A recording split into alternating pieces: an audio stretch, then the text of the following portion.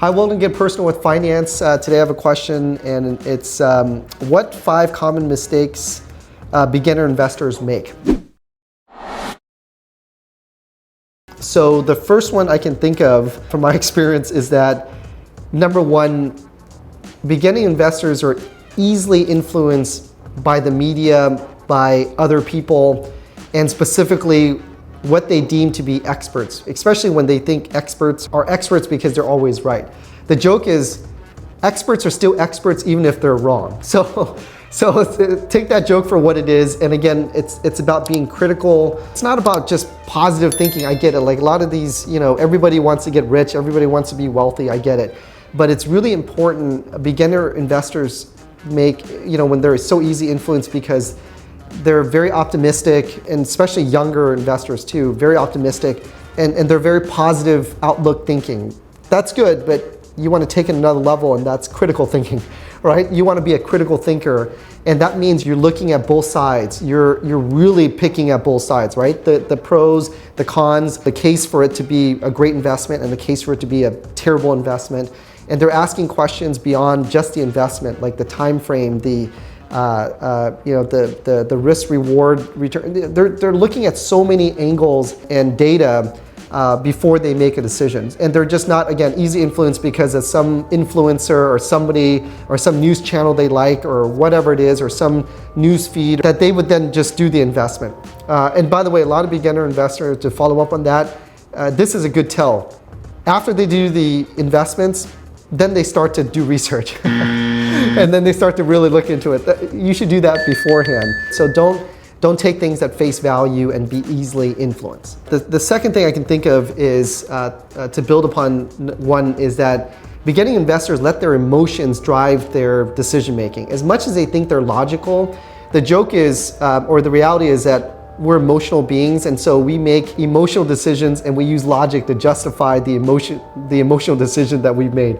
So investing, just like with all the news with social media and all the notifications that people are pushed, it causes people to be very reactive and jump to conclusion. And that's really, really dangerous. And so beginning investors, they're kind of, if you can imagine, they're just kind of running around, picking on things because they're popular or they're in fashion, I guess you can say. They're sexy.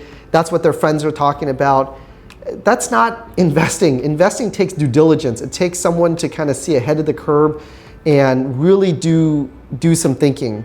A lot of the investing I see that goes on, it's more like they're just being caught up on the emotions of the trend that is right now. If it's cryptocurrency, if it's whatever hot stock or trend or whatever, and there's a great story behind it, that's what they're buying. So they're really buying stories. They're not really buying the technical information that they need to digest and understand. So again, they're letting their emotions drive them instead of their critical thinking, going back to number one, and their due diligence to do their investment decision making. So that's on that. On number 3 that I can think of is misunderstanding. This is really important. Misunderstanding risk, or not understanding risk. To put it simply, younger investors, or generally those who are beginning to invest, they're not good risk management, or they don't understand the reality of risk. They kind of think, oh, if I lose my money, it's fine. No, it's not fine. And they don't understand until they go through a loss, then they realize the emotion that they experience. And it sucks. I mean, it's something that you think about all this negativity, it's very real and it hits you really hard, especially when you're younger as well too. When you just lost your whole week's salary, when you would lose like a month, of work, that would make you, what you would get paid.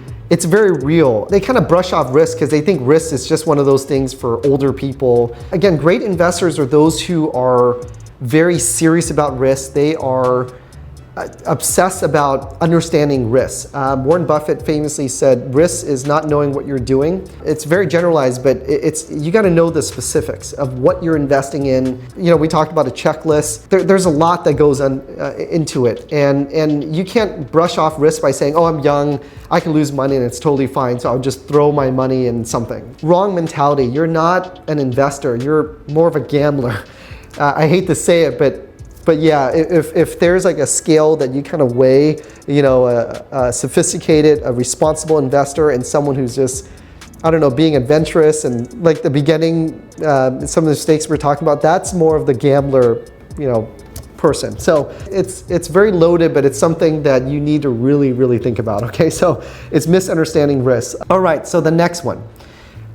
It's not understanding how the stock market works and the intricacy of trading and like the bid and ask, like volume, volatility, how a stock moves during the day, right? Or stock or whatever that you're investing in.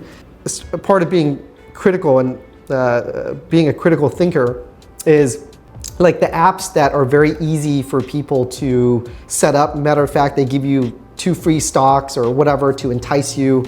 Kind of reminds me of like, you know, like casinos where they offer you 2 free nights, a dinner buffet or a lunch buffet, followed by, you know, $100 worth of chips, right? If you sign up and you set up your bank account or whatever with them, it's kind of like that where they draw you in and they basically do everything they can to keep you and to get you to play more, because they know that the law of probability that, you know, eventually the more you play, the more, you know, statistically they will win. And obviously casinos are designed to take money, not to give out money. So just think about that. So Wall Street is the same thing. And so you have to understand how the market works, because I have a client that just started, well, he had a bad experience.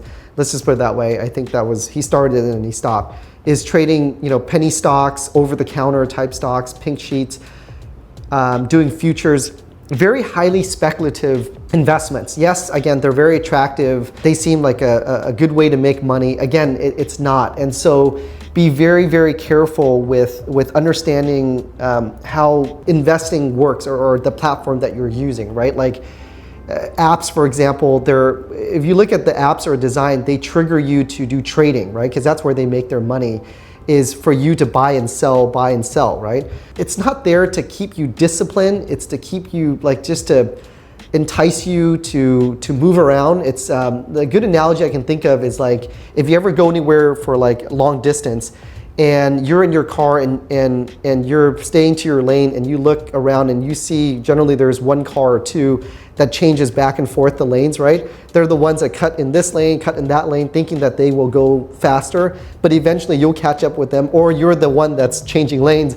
Eventually that other one that stays in their lane will catch up with you. That's the flow of traffic, right? So the market overall, my personal belief and professional belief too, will go up, right? There's these ups and downs. But it's very hard for someone who is not disciplined to be triggered by and influenced by these things, these designs of these apps or the media. If they don't take investing seriously, so they would sell or they would buy. And that's why people don't buy low and sell high. They buy high and sell low, or they buy high and then, you know, they buy high some again and they keep buying, and then the only time they would sell is when it's really down. That's when they sell. So there's a lot of emotions around it. So you really got to study these things. So the last and final thing that I can think of that's very common is the idea that it's easy. So that's a mistake, that it's just, you know, you get some type of feed or lead, or you just listen to this person, or you subscribe to this and you just follow it, then you make money. Boy, if that's true, again, put on your critical thinking hat, right? If that's true, then gee, why won't everybody do it? And it's very straightforward. Robots can do it and everybody would make money, right? No, it's not easy. It may seem easy, or the way they market it, right?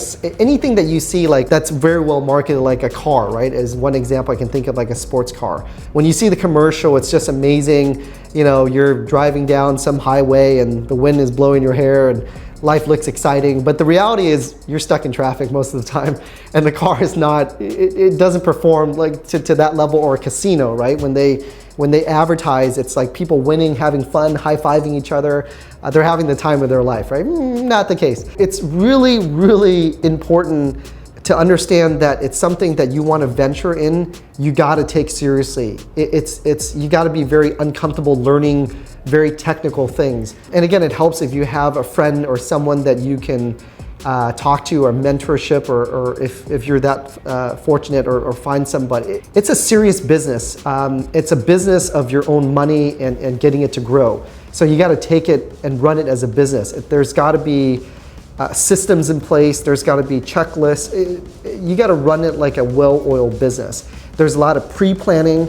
Like the way before I do any investments, there's a lot of planning. I mean, it's very easy to take on a trade and buy and sell. But the hard part is in the planning. Just like any good restaurant that you see when they're open, you don't see the prep work that takes 5 hours before the restaurant, or 2 hours or so before the restaurant opens, because they're doing all the prep work. Same thing when you're investing. It's in the prep work, it's in the due diligence. If you do that right, the returns will take care of themselves, because again, the only thing you can control is risk, right? The rest of it, you let the market do what the market does. If somebody's trying to sell you something that's easy, especially in trading or investing, run. It's not easy. It's complex. There's a lot to read and review and consider. A difference between a good investment and a bad investment. They both have the same risk, right? But when it works, then it's crystal clear, right? Like you're brilliant because you did all the risk management. But when things don't work out, then you start to see all the risks, right? It's always there. It's just a lot of people, they forget about that fact, because some of their investments have worked, so they figure like, oh, it's good.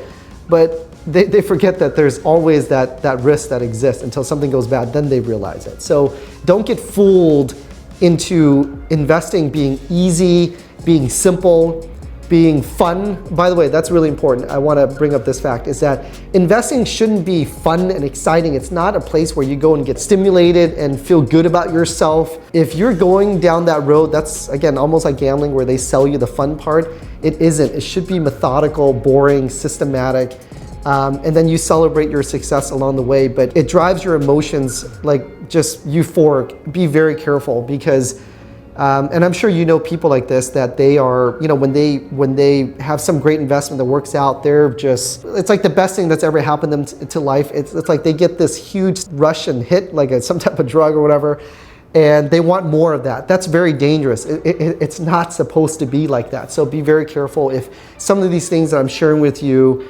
and you can kind of make light of it, and you kind of reflect upon your experience, whatever experience level you have, just that's a calling for you to, again, not to be discouraged, but to be encouraged that you can do it right. It does work, but not with some of the mistakes that I share with you. If you kind of see yourself experience something like that, this is a good wake-up call, right? So you don't avoid these mistakes. Again, if you stumble forward, and then you move forward with your investment decisions a lot better, right? So in review, everybody makes mistakes, right? We're starting off, everybody is a beginner at one point or another. I mentioned this earlier too in another video, but it's important to journal. Journaling is simply put, it's a way of being reflective and writing down good ideas from learning from your mistakes, the good and the bad, so you can be better with future investments, right? And that's it. It's a journey. It's not like you're rushing towards anything. It's not a sprint or a race. There's always opportunities. My God, the market is full of opportunities. I'm overwhelmed. I don't care what market it is. There's just so many. The key is that how ready are you? How prepared are you? How sophisticated, what's your knowledge level, right? That is the key. Don't get FOMO into the world of, the fear of missing out, because I think that's a misunderstanding, that you're gonna miss out. There's so many opportunities. I think you should have, instead of having the FOMO, the fear of missing out, you should have like a fear of not being prepared. That is a lot more healthy than the fear of missing out. Because if you have a fear of not being prepared, then you're always preparing yourself. That means you're learning, you're reaching out to the World Wide Web, you're doing research, you're asking good critical questions. Those are the things that are really important. So anyways, with that, I wish you well, and please like and subscribe, and I'll see you in the next video.